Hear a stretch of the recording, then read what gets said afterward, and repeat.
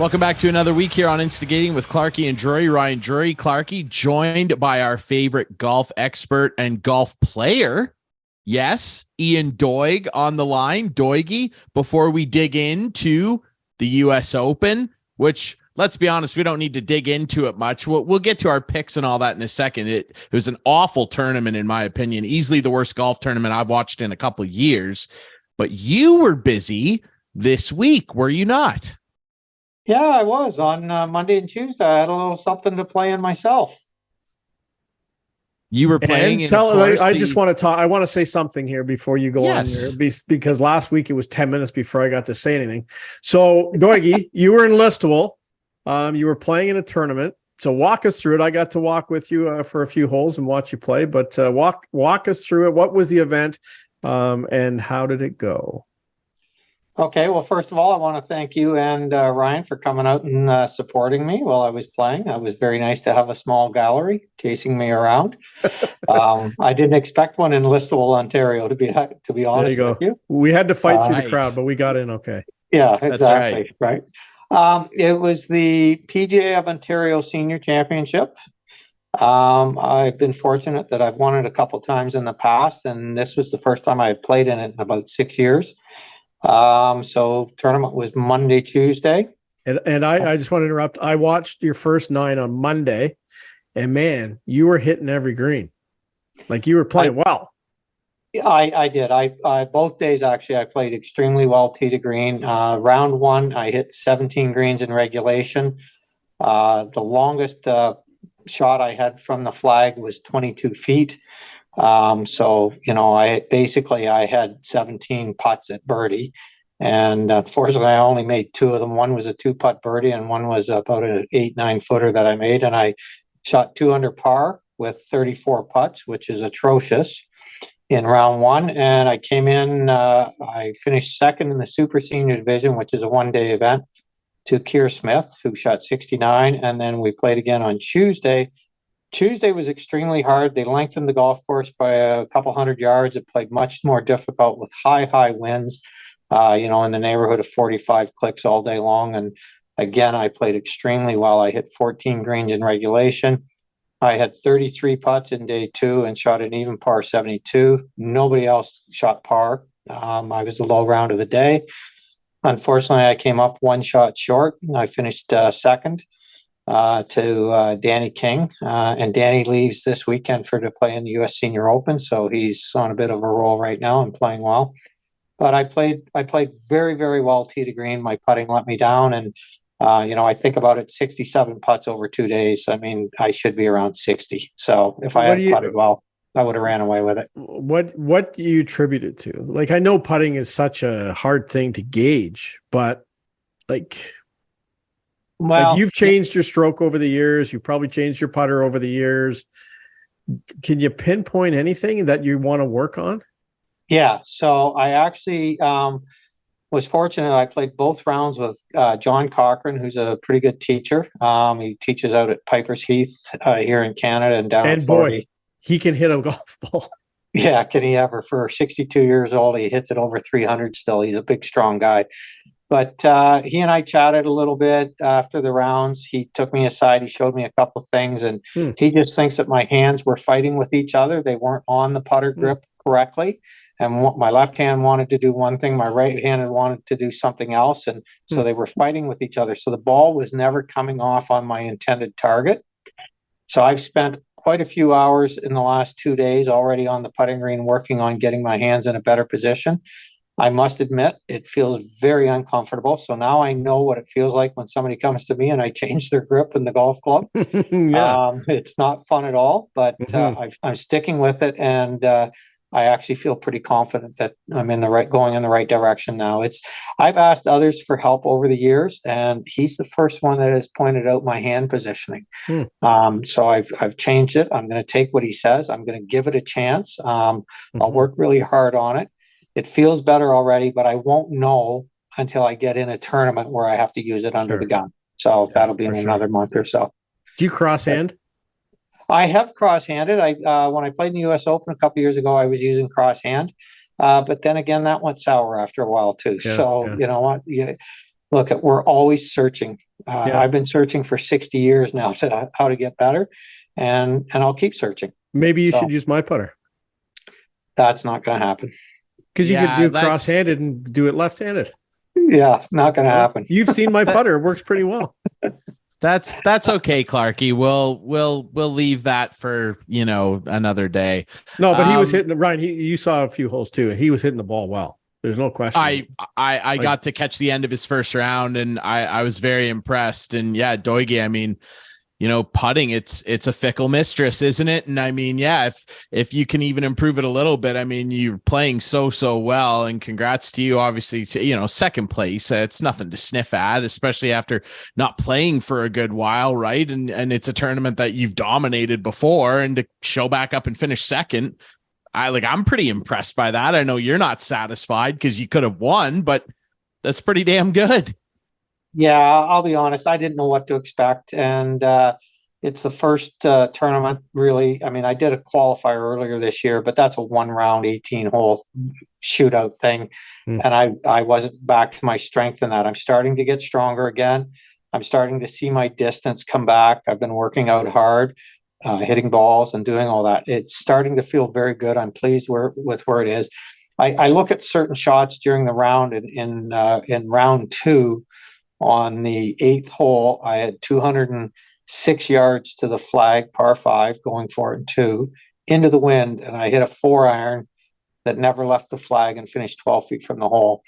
And for me, when I can take out my 4-iron and rip it into 206 yards and hit it that far into the wind and be that close to the hole, that's when I know my speed and my strength is starting to come back. And I was pleased with that. Unfortunately, I 2-putted from the 12 feet and didn't make it, but that's part of it. I didn't make a lot of birdies, I guess 5 in total, and 2 of them were 2-putt birdies on par 5s.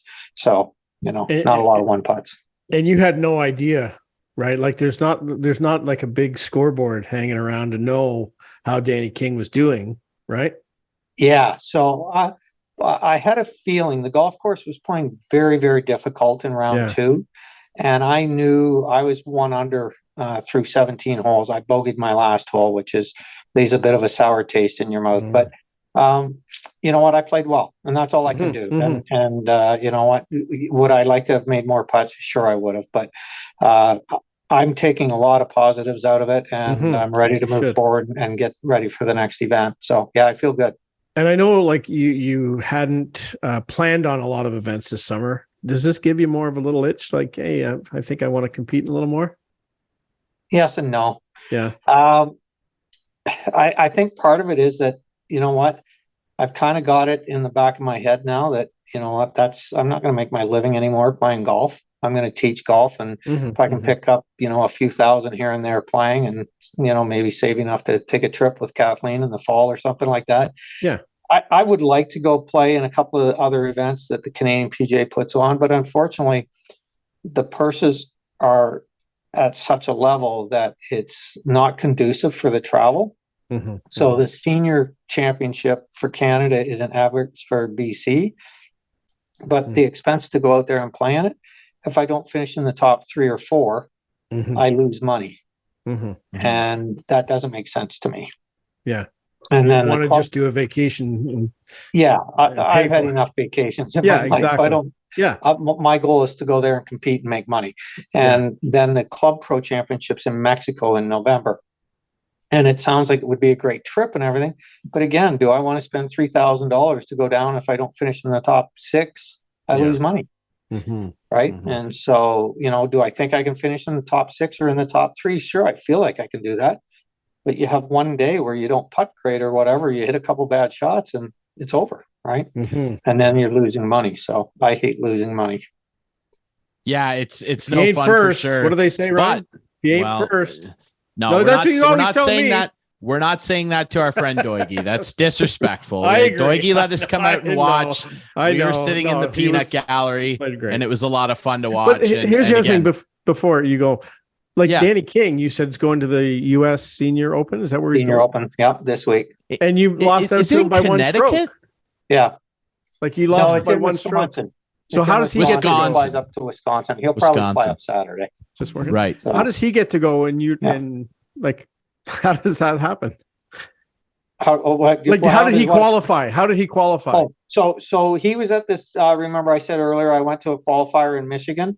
He was at the same qualifier. Oh, okay. So there was 84 players for 2 spots, and Danny King and Alan McLean from London, Ontario, got the 2 spots. So 2 Canadians are going to play in it. So okay, there you go. Yeah. Well, so remember in 2018, I played in it in the Broadmoor in Colorado. Same way. I qualified through a qualifier. So, yeah. There you go. Good. Well, I think the way you played this week, Doigy, I think that you could qualify for just about whatever event you want on the senior tour. I thought you played really well, and it was a lot of fun. And this summer, we're going to have to go out and have a round, and I'd like to watch you play a full 18. I only got to watch you play a couple holes, but I was very, very impressed. So congrats to you. I wouldn't hang your head too much. I know that there are a few pros on the PGA Tour that are probably hanging their head after what happened at the US Open, which was, I mean, we mentioned off the top, Doigy was extremely lackluster in terms of fanfare. It felt muted. A bunch of the members out there at LA Country Club bought up a bunch of tickets so people couldn't go. It felt dead. What a contrast to a week prior at the Canadian Open, where you had wild, rabid Canadian fans, Nick Taylor doing what he did. It just felt, it didn't feel like a PGA event. It was weird.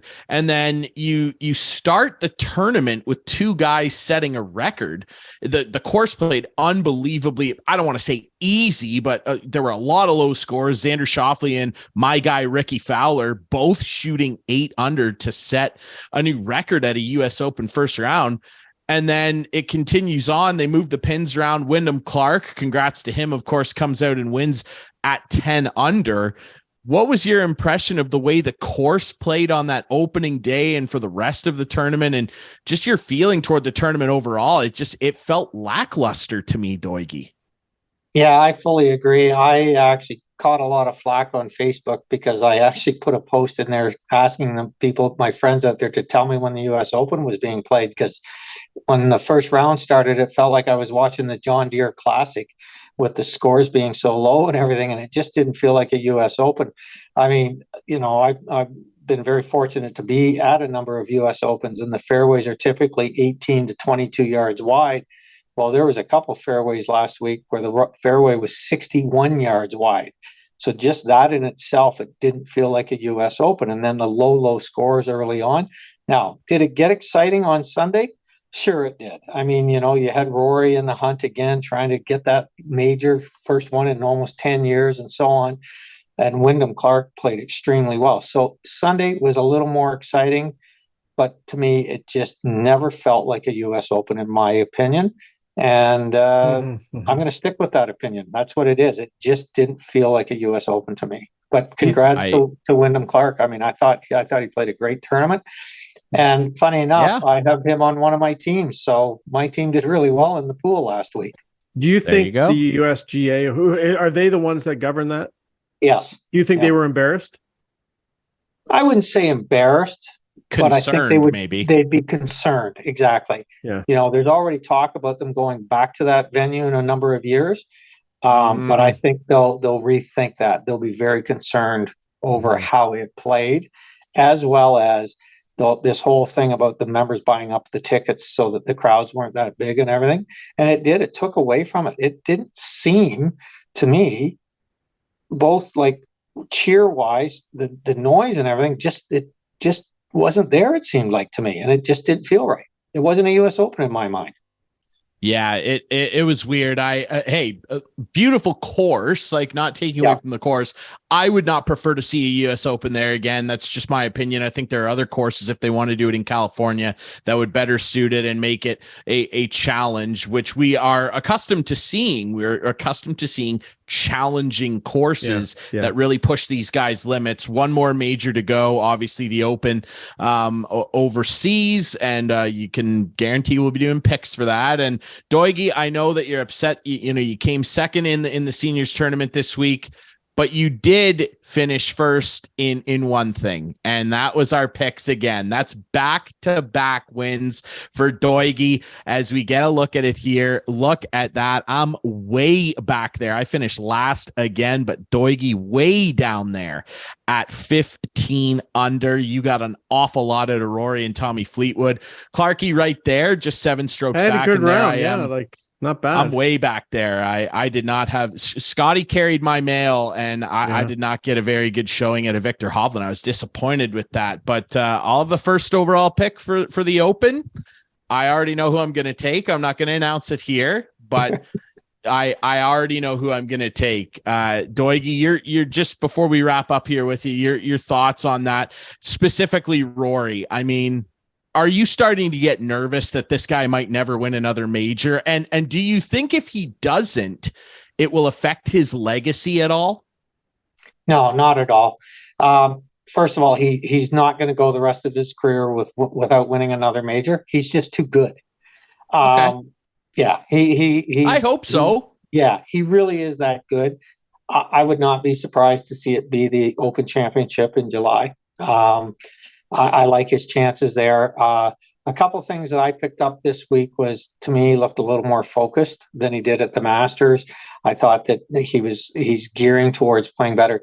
The one thing I kind of took away, when he lost the tournament at Muirfield, at Jack's tournament, Jack said to him, "Roy, you and I need to talk." And I know that Nicklaus had always talked about his major wins, and he says that he won a majority of them by being patient down the stretch and letting the other guys make the mistakes. And when I look at Rory's final round, that's what it looked like Rory was doing, was he was playing very patient, expecting somebody to falter, Wyndham to falter coming in. But because the fairways were so wide, it wasn't a typical US Open, so it was harder to falter coming in. I think if those fairways had been 22 yards wide, it would have been a lot more difficult for Wyndham Clark to close the deal, because he would have been hitting it in the rough. And then Rory, just making par all day long, could have backed into it, right? So I see Rory winning another major for sure. Well, I want to congratulate you on your first place finish, but at the same time, I want to propose a rule tweak. Quickly do this. You're pushing our limits here, Clarkey. No, it's not pushing the limits. Doigy admits I mean the clock. There needs to be some sort of reward if you pick the winner. Okay. And we're not going to the money route, because then if you pick the winner, you're automatically going to win the way it's set up. But here's the deal. If you pick the winner, and Doigy and I discussed this, and you might have been in on it too, Ryan, but I was there. This makes it official if we do it on the air. Okay. If you pick the winner, you automatically get another -5. I'm fine. I like that. I like that. I think it's a fair way of doing it. A bonus, right? Yeah, it's a bonus. So you get an extra -5 on your score. So having said that, I've now won the Canadian Open. No. No, I know. No. But moving forward, that's the way we're going to do it. Also, I don't know like if you guys noticed the mansion off the 4th hole at the golf. Lionel Richie's house. I knew that you had to mention that. I'm embarrassed I didn't know this beforehand.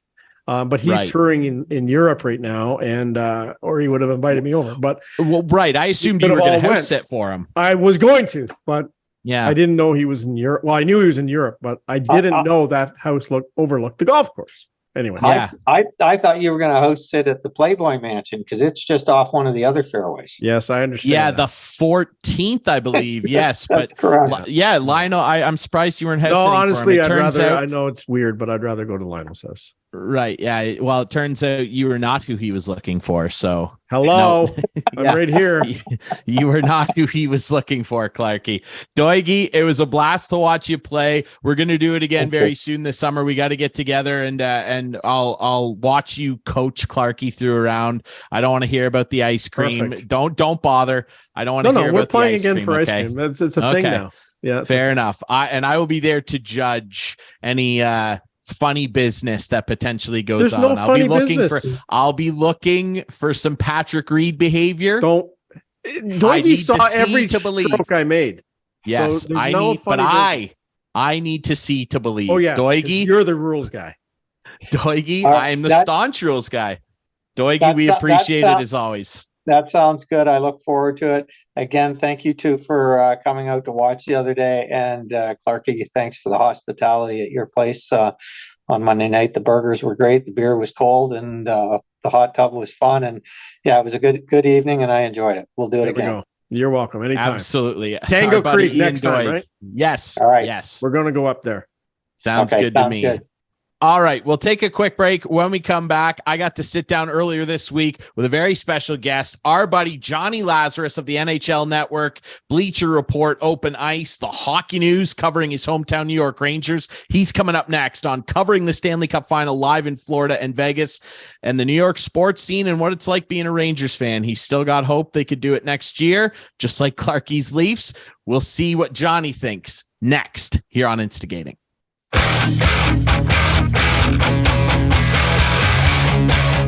Welcome back to Instigating with Clarkey and Drury. Ryan Drury still here with you. We're very pleased to be joined by this next guest. We've been trying to get him on for a while, but he's one of the busiest men in hockey broadcasting. Jonny Lazarus, host and analyst for the NHL Network, does content creation for Bleacher Report, Open Ice, covers his hometown New York Rangers for the hockey news. We love the hockey news up here, and Blue Crew Pod, which he hosts. Check out the Blue Crew Pod. And he's also a color commentator for UMASS Hockey. My goodness, Mr. Lazarus, that is a lengthy resume, sir. I don't know how you fit it all on your Twitter profile. How the heck are you? Just trying to be a LinkedIn influencer out here, with all those jobs, but I'm good. I'm, recovering still from Vegas. So if I have the crack in my voice, I apologize ahead of time, but yeah, man, life's good, right? Like, can't be bad covering the Cup Final in Florida and Vegas. So, yeah, it's been good. Absolutely. Well, dude, I watched you on NHL Network. You were working with one of my favorites, obviously, Alexa Landestoy. She's great. She does, obviously, Capitals coverage, which I love. Let's start there, though, obviously. The Cup Final. Did the playoffs kind of shake out the way you thought? I mean, I know you wanted your Rangers to perform a little better than they ended up doing, but they still have a bright future, I think, with all those young guys. But the way that this all shook out, this was one of the crazier playoffs that I can remember in recent memory. The storylines, the upsets, the wild run by Florida, which ended like a lot of Cinderella runs do with no glass slipper at the end. But how did it shake out? Did you see Vegas and Florida having an opportunity to get to the final, and what was it like covering it? I don't think anyone could have guessed that final, right? I mean, like, these are two teams that, Florida shouldn't have come as such a surprise because how good they were last year, but their second round exit was so ugly that you didn't really give them a chance this year with also how poorly they performed in the regular season. Vegas was a bit different. Vegas was a pretty good team all year long, but last year they missed the playoffs. So, kind of a weird bounce back year, right? Like, rarely do you see a team go on and win the Cup after a year where they have such a disappointment and make a new hiring in their head coach, Bruce Cassidy, coming in to take over, after a really strong, few years up in Boston. But, these are two teams that got hot at the right time. And I think that's the biggest thing in hockey, right? Like, you don't have to be the best team all year long. We saw with the Bruins, they were unbelievable this year. And, when the going gets tough, Florida was just the tougher team. And I think that's something that's so important in hockey. And, I know we'll probably go into the Rangers a little bit, but today was Peter Laviolette's press conference. He's the new head coach. He came from Washington, so I'm sure we'll get into that. And, the first thing he said was, when you watch the conference final and the Stanley Cup final, you can have all the skill in the world, but the compete is everything in this game. And that hasn't changed in the last 30 years, right? Teams that compete the hardest are the teams that win. So Vegas was the hardest competing team, I thought, in the playoffs. And, they showed it, and they didn't need the best goaltending, even though Aiden Hill was phenomenal in net for them. They had their fourth string goalie in net to win the Stanley Cup final. When has that ever happened? And, great final, great playoff. I mean, there were some rounds that were a little bit less exciting than others, but super unpredictable. And it goes to show just how much parity is in this league, because I don't think anyone would have guessed that it would have been the conference final and then final that we saw. I completely agree. And I mean, Vegas, they just got on a roll. You kind of had that feeling about them once they put Edmonton out in a really back and forth series. You kind of felt like they were maybe not going to be able to be stopped. And ultimately they weren't, winning the Cup final in 5 games. I want your opinion on Vegas because, you know, especially as a fan of a team in a very, very traditional hockey market, the New York Rangers are as big as it gets. What is your opinion of the whole Vegas thing? Like, I see a lot of people making a lot of noise again, and I think it's kind of sore loserism, in my opinion, about, the expansion draft was too favorable to them, which no one said at the time when they looked at their roster. And they got to go over the cap with LTIR. What's your opinion of the Vegas situation? I personally like how aggressive they are as an organization. They put it all on the line to win. Yeah, I mean, I don't have a problem with it. Like, you know, if my team's not winning, I don't care who the other 31 teams wins. You know, like if it's not the Rangers, who cares who wins? That's how I am. So, you know, as far as other fans go, I get where they're coming from, but like Tampa just did the same thing with their LTIR. Like teams do it, and if you can get around it, good for you. You know, I think other teams should try to take advantage of it if they can. You know, I think the Rangers right now are looking at a situation where they could re-sign Patrick Kane, keep him on LTIR, and then bring him back for playoffs. Like, why not if you can, you know? So as far as the whole Vegas thing goes, like I'm all for it. I think it's awesome. And I actually know a lot of kids that I played with in junior and, you know, throughout my career that actually played youth hockey in Vegas, and they never really had an NHL team to root for. So I think it's super cool that this team came in there, and you know, it's something I've talked about that I actually heard PK Subban talk about, but it's so good for the league that the hockey team won the first championship in Vegas with all the teams coming there now. Like, you know, you see the Raiders there, and I think the Oakland A's are going there, and I'm sure an NBA team will be there soon. And the fact that the only team that was actually created there is the hockey team, and they were the first team to win a championship there, it makes Vegas a hockey town forever. And I think that's awesome. And, you know, I think that is what is so cool about growing the game is, you know, we've seen the success of the Coyotes, you know, a decade ago, going to the conference final back when, you know, Biz was there and Yandel and all those guys. Martin Hansel's a name that comes to mind. Ray Whitney's a name that comes to mind. And you see Austin Matthews come from that, right? Like a first overall pick at Arizona because of him growing up, going to Coyotes games. Like we'll see in the next 20 to 30 years of number one overall pick come out of Las Vegas. Like it's a guarantee. And that's just how hockey works. And that's how you spread it. That's how you grow it. So for me, I think the whole spectacle of being in Vegas, this was my first time there. Actually, I've never been to Vegas in my life. So, you know, being there for the first time and having this kind of experience was, you know, truly unbelievable. Like I had expectations obviously, but you know, the whole production really exceeded everything that I had imagined. And, you know, I watch all the pregame ceremonies or pregame skits, whatever you want to call it, their little show they do on TV. I watched it for the last 6 years, and being there in person, like, you know, I thought it was cringe when I first saw it on TV, but when you're there, it is so awesome. Like they really do an unbelievable job. And even me, like just being a, you know, neutral fan, like I was so amped up for Vegas. Like it was awesome. And in Florida did the same thing. Like being in Florida, those fans were passionate too. So, you know, back to your original question, I just think everything Vegas has done, they've done it the right way, and they haven't cheated the system. You know, it's something that teams have done in the past. They didn't create something new. It's been done before. They're just doing it better. And, you know, I think it's awesome. I do too. And I mean, they're kind of the anti-Coyotes now. I mean, the NHL, or specifically Gary Bettman, would relish the Coyotes being able to replicate something half similar to what Vegas has done in 6 years. So we'll see if they're going to maybe be able to make that work. That's, you know, still to be decided. Let's talk a little bit about your New York Rangers, though. Obviously disappointing, obviously wanted them to go further. They're a team stacked with talent, and they did go all in. I mean, they bring in Tarasenko, they bring in Patty Kane, guys with winning pedigrees, and it didn't work out. What, in your estimation, I guess we'll start with, went wrong this year? I mean, I think it does all start from the top, and I don't want to put any blame on Gerard Gallant because I don't think it was all like his fault. But, you know, things were ugly back in like November, December. Gallant was being talked about being fired, you know, that long ago. So, you know, I don't think this team had the magic that they had last year, which is crazy because they had way more talent than they had last year. But sometimes you just need that feeling in the room, whatever it is, that belief system. And I know they had it this year, but, you know, obviously all the talent that they had, maybe there were too many playmakers and not enough just, you know, cohesive team play, for lack of a better term. But like, you know, I'll still die on this hill. Like if the Rangers find a way to score in overtime in game 3, who knows? Like they're up 2-0, pretty commanding game 1 and game 2 win in Jersey. They play a solid game 3 against the Devils at home. I don't think the Devils were that much better than them. And Dougie Hamilton scores that goal. It changes the whole series. So, I do think the Rangers could have went on and beaten Carolina in round 2. That would have been their second round matchup. And then who knows what would have happened in the conference final. But I don't think it's as ugly as everyone says. Like, obviously, the way they went out was terrible because they had a 2-0 lead going back on home ice.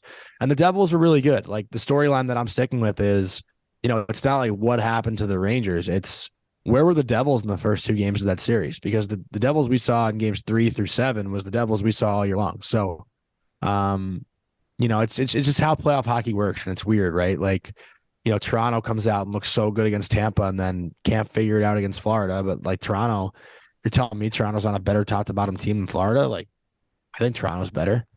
Sometimes you just aren't able to put the pieces together in the time of need. So I don't know. I think it's a weird thing. I don't think the Rangers need to change so much. Do they need more team speed and maybe to be a little bit more in your face up front? Yeah. But I still believe in this core. And, I've seen teams now come back from seasons that are disappointing and win the whole thing. So we'll see. You're absolutely right. And I mean, let's talk about your new coach, who I'm obviously familiar with. I'm obviously a diehard Capitals fan, and I didn't love particularly the last year and a bit of Laviolette, only because I think that he can be a little overcritical on young players and not let them play enough. And I just felt like he didn't give some of the young guys in Washington an opportunity to kind of take the reins a little more. However, I will say this. He's always played his style, and he did it to very large success without a cup, of course, in Nashville, where he's very aggressive with his D-core. He wants his defensemen jumping up in the play and almost acting like a fourth forward sometimes, and he plays an extremely aggressive forechecking style, which I think ultimately didn't work with the Caps because, let's just face it, our roster is starting to get old and very injured. I think, though, that his system with the defensemen you guys have will work wonders. I think Adam Fox is going to have a blast playing for this guy.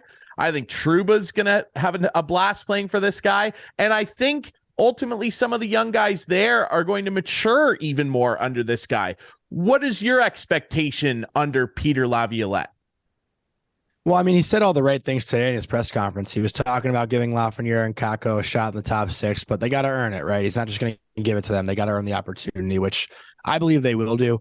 As far as the names you dropped, like Adam Fox, to me, I think anyone can come in and coach that kid. Like, he's the most coachable player I've seen. And obviously I played with him growing up and stuff, and he's succeeded at every level. So I don't think any coach would have a hard time with Foxy.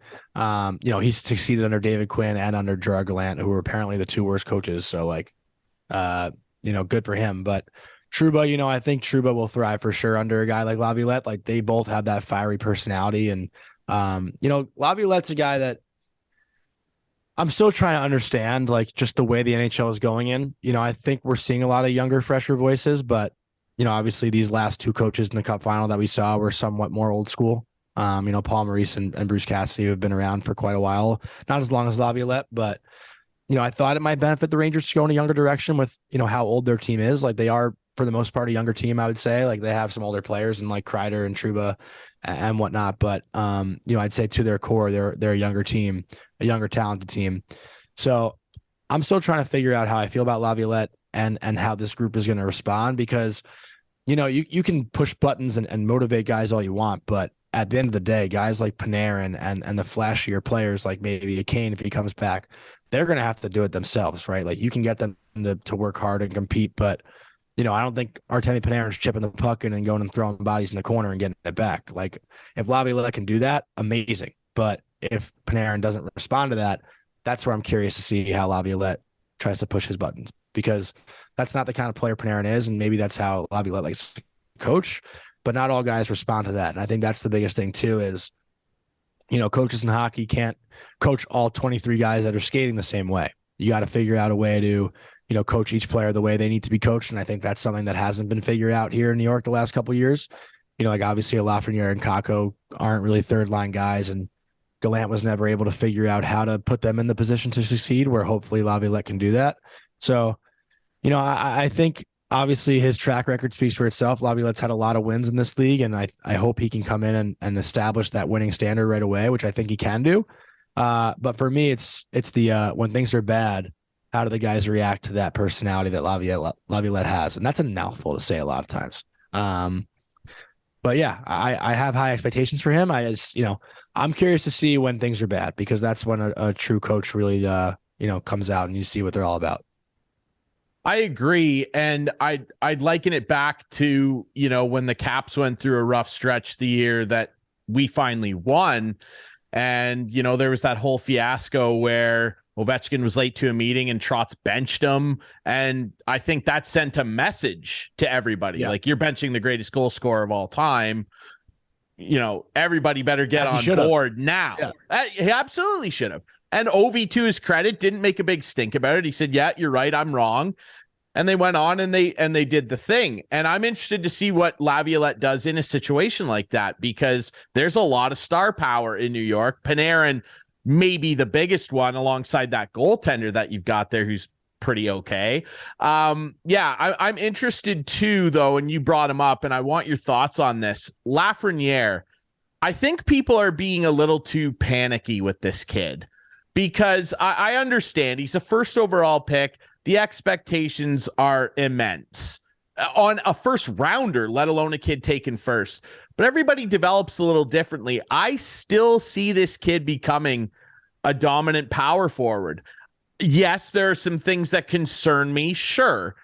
But overall, we are talking about a young 20-something-year-old kid who still has an awful lot of runway to get better.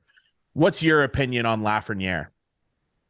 I never give up on kids too early. I was a late bloomer myself. I didn't get decent at hockey till I was 17. And so I know how hard it is to truly find your game, and obviously not at the NHL level, but a guy like Lafreniere, I think thus far in his career, he hasn't necessarily had a reason to be hungry. Obviously you want to prove yourself as a first overall pick, but when you come in as a first overall pick and your team's winning games, you kind of have it easy. There's no pressure on you because you're that young rookie and you're the younger kid with less experience, and your team is getting to a conference final and your team is getting to the playoffs, and you have Patrick Kane, and you have Chris Kreider, and you have Vladimir Tarasenko.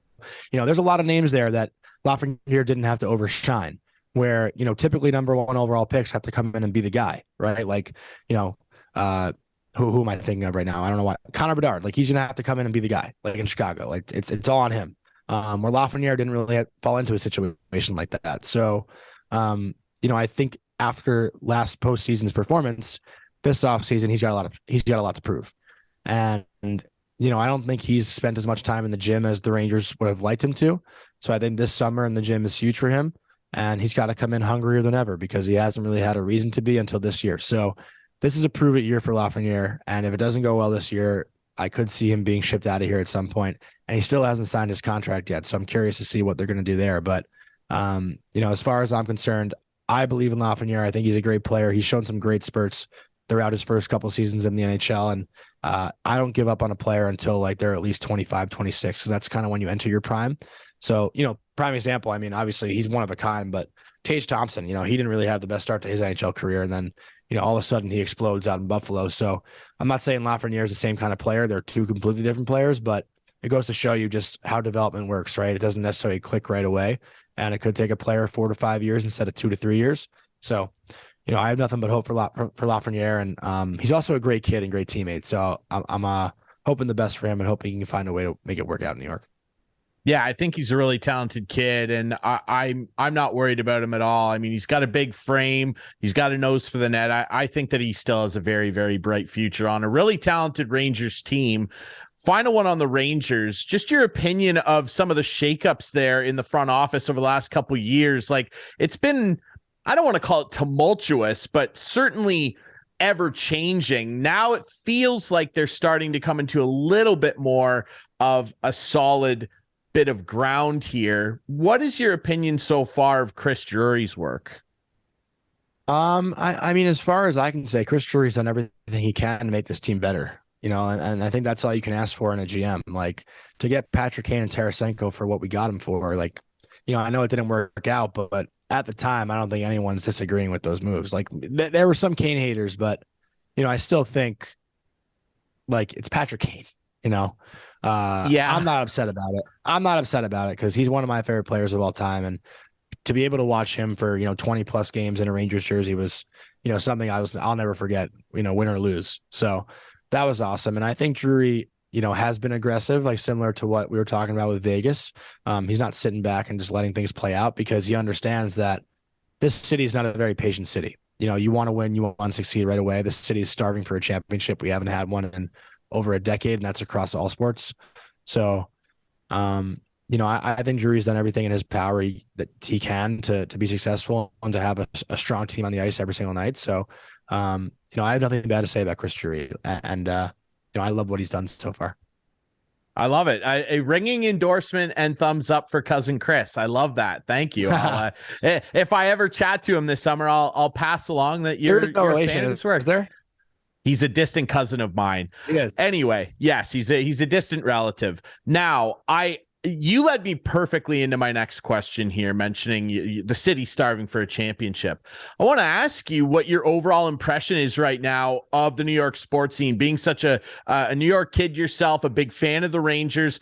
But you look overall, I think it's a pretty exciting time, championships aside, to be a New York sports fan. The Knicks feel more relevant than ever. Aaron Rodgers is a Jet. The Giants just had an incredible season that not a lot of people saw coming. The Rangers are fantastic. The Devils are jumping back up, if you want to count them as a New York area team. The Islanders are, too. The Islanders are still really good. They had a very up and down season. You look on the baseball side of things, the Mets might be the most disappointing team in North America right now, but they have a very exciting and brash owner spending money. And the Yankees are pretty okay. I mean, right now, in your lifetime, has there ever been more optimism as a New York sports fan overall than right now? I think back to when I was like a younger kid and the Giants were winning Super Bowls with Eli, and the Jets were going to those AFC championship games, and the Yankees had won a World Series. Like, I'm not a big baseball or football guy, so like, I didn't really care so much as a kid. Like, I'm all Rangers Knicks. Like, Rangers Knicks to me, like that's like my heart. I root for the Giants, I root for the Mets, but like, I ain't going to any parade if it happens. So like, I don't really care, but. Having the Knicks and Rangers in the playoffs at the same time, that was truly special for me. And, especially getting to go to the Garden, like there was that one weekend where I believe it was both teams hosting game 3 and game 4 nights in a row. So it was like Knicks Thursday, Rangers Friday, Knicks Saturday, Rangers Sunday, or maybe other way around. And, being in the city for that weekend was truly incredible. Like, even though the Rangers ended up losing both games, which sucked, the Knicks were able to get one. And, that was just the Garden buzz is just, there's nothing like it. And that's the beauty of New York, right? Like, there's so few cities that have their sports stadiums right in the heart of the city. Like, that was really cool about T-Mobile. Like, you're walking the strip and you end up at T-Mobile. Like, that was so cool. In Nashville, Bridgestone's right in the middle of Broadway. New York, MSG's right in the heart of the city. So like, you walk outside and 7th Ave is shut down with Rangers fans and Knicks fans. Like, it's just people celebrating in the streets. And that's the beauty of New York. So for me, my personal lifetime, like, this is definitely the most exciting time. And especially if the Knicks get Zion, that'd be pretty cool too. I know that's in conversation, but I remember all my buddies when I was a kid, like all my friends are Jets fans for the most part. So, when the Jets were going to those back-to-back AFC championship games, like that was a pretty cool time. I think I was in middle school or maybe early high school at that time. And now my Jets friends are back again with Aaron Rodgers and stuff. So it's definitely a fun time to be in New York. That's for sure. And we'll also have, those outdoor games at MetLife too, which would be pretty cool. Rangers, Islanders, Devils, Flyers, that one weekend in February. So a little bit of mix of football and hockey. But yeah, man, like New York just needs a championship. Someone's got to do it. Someone. It's been so long. If memory serves, we're talking 09 Yankees were the last championship. I mean, you think back to that and it just kind of doesn't feel right that it's been that long that a New York team hasn't won. It's bizarre, but I think a championship for somebody is around the corner, and I think it might be the Rangers. I want to ask you about that. New York, it's such a historic place in terms of sports in general and entertainment in general. And the Garden's at the center of that. And that's where the Rangers reign. I remember back people talking about 1994 and how monumentous that was, a 50-year drought ending and Messier storming around. He owned the city. I mean, it was probably a really incredible time. If that were to happen, let's say next year or in the very near future, for somebody like yourself, what would it mean to you to see that happen? So it's funny. I actually, I think I talked about this last summer on the Blue Crew, and kind of a ridiculous thing to say, but I know there's people out there who agree with me. Part of me doesn't want them to win, because once they do, it's like, then what? That's just the peak of my existence, So I kind of like having hope every year and kind of getting my heart broken, but when the day finally comes, a month later, I'm just going to be like, do I retire from my career now? What the hell am I supposed to do? It's a weird thing because, I'm sure you felt it as a Caps fan. It feels like it's kind of just never going to happen. And once it does, it's God. incredible. But then how do you get back to that? It's funny to say, I imagine even the 1980s Islanders, when they win their fourth cup, it's like, all right, can we just have our summer? You know what I mean? It's gotta get old at some point, right? So, I don't know. It's a weird thing as a fan. Obviously I cannot wait to see the day where there's a parade in New York City and the Rangers have the Stanley Cup, but I definitely would be lying if I said I wasn't afraid of what's to come after. Because I think, we've seen one cup in the last 80 years. What else is there? I understand. I'll it's say a stupid this. thing, but it's just, No, I know exactly what you mean. Trust me, as a Caps fan, wondering, they keep telling us we're going to win. Are we? Is it ever going to happen? And when they did, the biggest relief and what comes after, even if I never see the Caps as an example win again, what comes after is the memories, the relishing of it, the tattoos, all of it. That's what comes next is just remembering how unbelievable of a time that was and finally feeling, I don't know, we don't play on the teams, but validation. If you feel validation and you get to carry that around for the rest of your life. I mean, you can remember seeing at such a critical point of your life your favorite team winning. There's just nothing like it. I want to ask you as well just about being in New York, and obviously I mentioned it's an entertainment hub of the world. What's that like, being able to just go see basically any great show that comes through town? Springsteen, Billy Joel, the 1975 rock through there all the time now. What was that like growing up, just being like, I can go see anybody?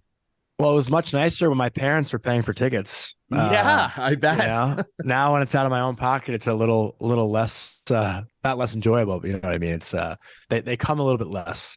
But yeah, I mean, I grew up a huge Springsteen fan, so I saw him at UBS back in April, and that was incredible. I think I'm actually going again at MetLife in end of August. So yeah, I'm a huge Springsteen guy. Seeing Billy Joel, obviously.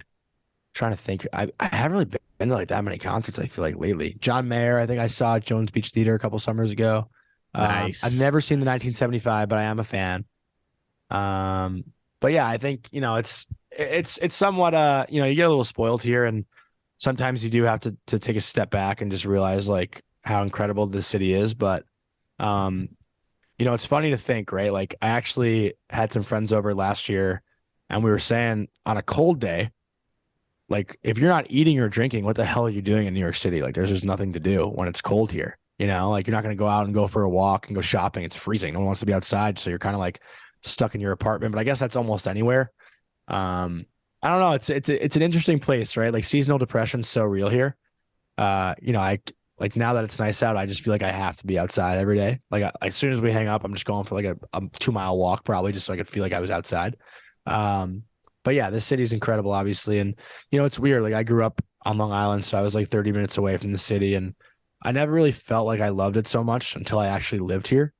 The city was kind of always a lot, and it was always fun, but I never wanted to be around it 24/7 because it was just like never peaceful. And, once you, I guess, make it a home here, it's a little bit different.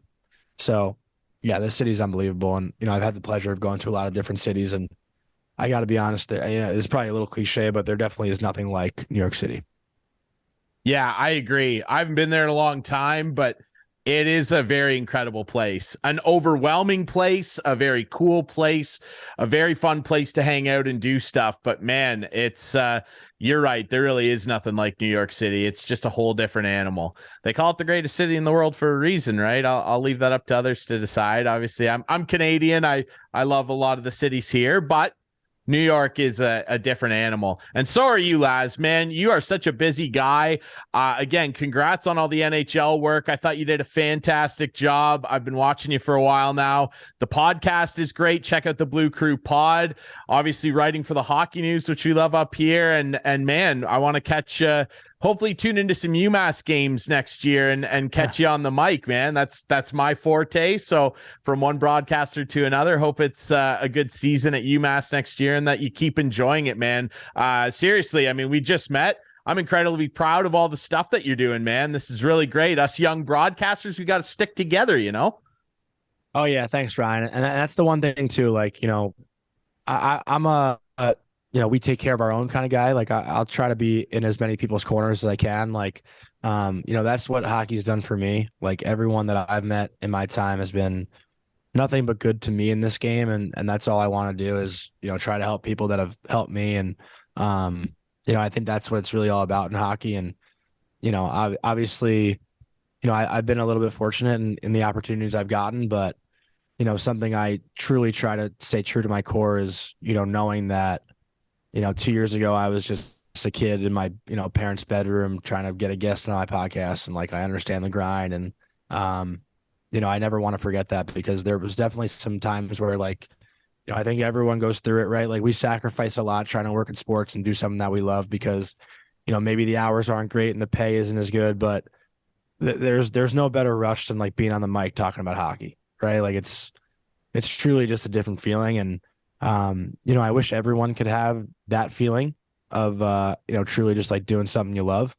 And, I think it's pretty cool that a lot of people our age, have started to go for it because I think we are in a time where, the payoff is more likely than unlikely if you put yourself out there. So, I feel like I've gotten off point here, but, this whole experience has definitely been a very humbling experience for me. And, I try to channel where I was a year and a half ago or 2 years ago. And, I was up all night getting no sleep, thinking about if doing this was going to ever pay off, so, it truly has been an emotional, couple months for me and something that I'm not taking for granted at all.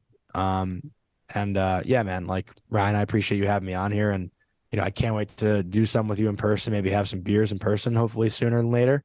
But yeah, like the hockey world is awesome. And, it's truly been a blast and I can't wait to keep going and see what's next. Dude, I appreciate it. And man, it sounded like you stole my journal or something, like you were reading from my personal diary. I completely relate, but look at us, man. We're doing some great things. I feel the same way with my opportunities. I mean, hey, I'm working in the best junior hockey league in the world. I mean, it doesn't get much better than the OHL, and you're doing great things as well. And now you got a friend up in Canada and you got a fan up here too, my friend. And I hope the viewers and the listeners, follow Jonny on social media. He's an easy guy to find because he's so busy. And man, we really appreciate you doing this and we'd love to have you back. Yeah, anytime. I wish Clarkey would show up though. Yeah, Clarkey. I'm gonna make sure that he hears that. Yeah, he's a busy guy too. We'll let him slide this time. If Clarkey was on here, he would ask you 19 questions about the Leafs and one about the Rangers. I wanted to make it a little more personal for you. So okay, fair enough. I digress. Healthy scratch. Yes, we're gonna put him down as a healthy scratch. Jonny Lazarus, ladies and gentlemen. We'll be right back to wrap things up here on Instigating.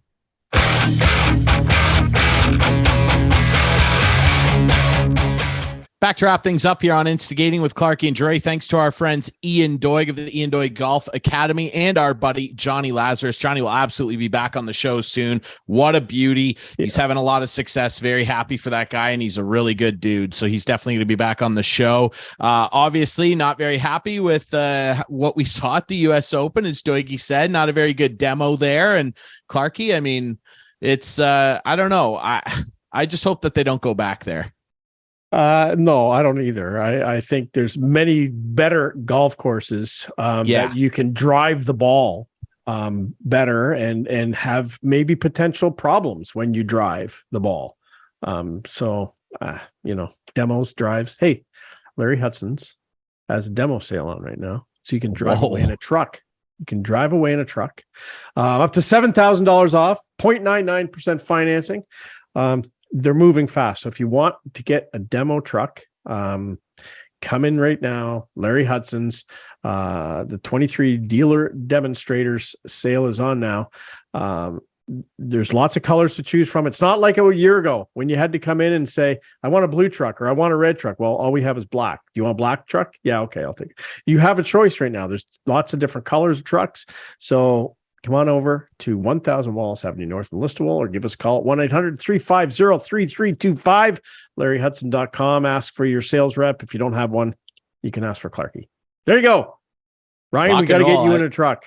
I love it. Yeah, well, I'll think about it someday. You know, I grew up driving trucks, right? So I mean, it might be calling me. It might be my calling here. You know, when I'm done with my current car, I might have to get back up above ground a little higher. You never know. I feel good about today's show. It was a good show, and we've made an amendment to our rules for our golf picks. So we're going to see how that goes moving forward. You got to be rewarded. Watch, you'll never win again now. Yeah, it was your amendment, and you'll never win again. I'll be fine with it because the rules are now in place that makes it a little more fair. Because you're used to watching losing, right? So you're used to watching losing. So I'm sorry. I don't know why I did that to you. That was uncalled for. It was uncalled for. You know what's not uncalled for? What Clarkey just mentioned. Our friends over at Larry Hudson's. Go visit them. We appreciate them and their belief in this show, and we appreciate our friends over at the Listowel Squash Courts as well. Make sure you visit them if you want to get active in the Listowel area. It's easy to sign up. Our buddy Alan will take care of you, just like our friends at Larry Hudson's will take care of you and all your automotive needs. You can watch this show Friday nights at 8, Sunday nights at 9 for your entertainment needs when it comes to sports. That's where you can find us. That's channel 6 for Whiteman subscribers. We debut on our YouTube channel Friday nights at 9. Remember, you can find us on all the best podcast apps, and you can follow us on social media at Instigating Pod. I'm Ryan Drury. That's Clarkey. Thanks to producer Adam, Jonny Lazarus, Ian Doig. We will be back next week with more Instigating. Promise.